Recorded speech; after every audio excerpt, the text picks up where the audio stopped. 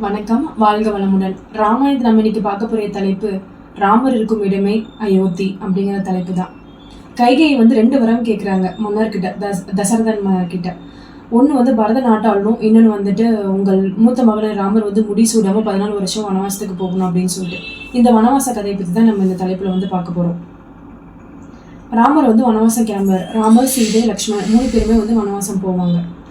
இதில் வந்துட்டு லக்ஷ்மணர் வந்துட்டு என்ன சுமித்திரை தன் தாயாகிய லக்ஷ்மணனுக்கு வந்து சுமித்திரை தான் தாய் சுமித்திரை வந்து என்ன சொல்லி அனுப்புவாங்கன்னா லக்ஷ்மணர்கிட்ட, நீ வந்துட்டு ராமருக்கு வந்து தம்பியே போகாது, நீ தொண்டனா போய் காட்டிலேயே வந்து தொண்டு செஞ்சுட்டு தொண்டனா இரு. அவங்க வந்து 14 வருஷம் முடிஞ்சு வரும்போது நீ நாட்டுக்கு அவங்களோட வந்தாவா இல்லைன்னா அங்கேயே இருந்துரு அப்படின்னு சொல்லுவாங்க. லக்ஷ்மணருக்கு வந்துட்டு அவங்க தாய் தந்தையர் மேலே கோவம் வரும். கைகை மேலேயும் தசரதன் மேலேயும் கோவம் வரும். அது வந்து ராமர் வந்து சமாதானப்படுத்தி வச்சிருப்பார். இன்னொன்று வந்து அடுத்து வந்துட்டு சீதை வந்து ராமரோட வந்து காட்டுக்கு போவாங்க. லக்ஷ்மண் வந்து ராமரோட சொல்லுவார், ஆனால் நீங்கள் இல்லாமல் வந்துட்டு என்னாலையும் சீதா புரட்டி உயிரோடு இருக்க முடியாது. எப்படி வந்துட்டு நீர் இல்லாமல் நிலமும் மீனும் உயிர் வளருதோ அந்த மாதிரி தான் நானும் சீதா புரட்டி அப்படின்னு சொல்லிட்டு 4 வரி பாடல்கள் அதை சொல்லியிருப்பாங்க. இதை வந்து நம்ம கம்பர் வந்து பாட்டாக சொல்லியிருப்பாரு. நான் அந்த 4 வரிகளை உங்களுக்கு நான் சொல்கிறேன். நீர் உல எனின் உளமீனும் நிலமும், பாருள எனின் உலையாவும் பார்ப்புரின், நாருள தனு உலாய் நானும் சீதையும், ஆருளர் எனின் உளம் அருளாய் என்றான். அடுத்து சீதை வந்து ராமரோட புறப்பட்டுறாங்க. ராமர் வந்து வனவாசத்துக்கு போகிறோன்னு தெரிஞ்சுனே அந்த ஊர் மக்கள் அவ்வளோ ஒரு வந்து துக்கத்தில் இருப்பாங்க. அதை வந்து கம்பர் வந்து எப்படி சொல்லியிருப்பாங்க அப்படின்னா, கருவில் உருவாகாத குழந்தை கூட நீ வனவாசம் போகிறத பற்றி அழுகுதுராமா அப்படின்னு சொல்லியிருப்பார்.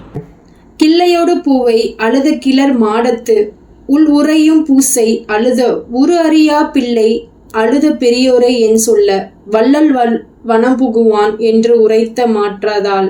இதுல ராமரோட பிரிவு வந்து தாங்க முடியாம தசரதன் மன்னரை வந்துட்டு உயிர் துறந்துடுறாரு.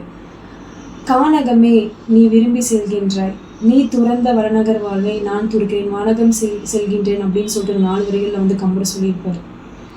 காட்டுக்கு வந்துட்டு ராமர் வந்து அன்னைக்கு இரவே தம்சா நதியை வந்து கடந்து காட்டுக்குள்ளே போயிடுவாங்க. அங்கே வந்துட்டு பரதன் வந்து இந்த செய்தி இதெல்லாம் கேட்டு தன் தந்தையை வந்து காலமானது, ராமர் வந்து வனவாசம் சென்றதெல்லாம் பார்த்துட்டு கையை மேலே வந்து கோவப்பட்டு, நான் வந்து தர்மத்தின் கீழ் தான் நடப்பேன் அப்படின்னு சொல்லிட்டு காட்டுக்கு வந்து ராமரை பார்க்க போகிறாங்க. ராமர்கிட்ட நீங்கள் வந்து மறுபடியும் அரசாளுங்கண்ணா, நான் வந்துட்டு முடிச்சூட்டில் நீங்கள் வந்து அரச பதவி ஏற்றுக்கங்க அப்படின்னு சொல்லிட்டு சொல்லுவார். ஆனால் ராமரும் வந்து நாட்டுக்கு திரும்பி வரல அப்படின்னு சொல்லுவார். அதனால் பரதன் வந்து என்ன பண்ணுவார் அப்படின்னா, அவரோட பாதுகை, அதாவது திருவடி வந்துட்டு திருவடிக்கு அணிகிற அந்த பாதுகை அப்படிங்கிறத வந்து நீங்கள் தாங்கன்னா அதை வச்சு நான் வந்து ஆட்சி செய்கிறேன் அப்படின்னு சொல்லிட்டு பரதன் வந்துட்டு அந்த பாதுகையை வாங்கிட்டு வந்துட்டு அயோத்தி சிம்மாசனத்தில் வச்சுட்டு அதுக்கு முடிசூட்டு அதுக்கு ஒரு அடிமையாக வந்துட்டு நான் இந்த நாட்டுக்கு வந்துட்டு பணிபுரிகிறேன் அப்படின்னு சொல்லிட்டு பரதன் வந்துட்டு ஆட்சி புரிவார். ஆனால் அந்த 14 வருஷங்களும் ராமர் அங்கே தவத்தில் இருந்த மாதிரி இங்கே பரதனும் அந்த தவத்தில் இருந்து அந்த நாட்டை வந்துட்டு இருப்பார்.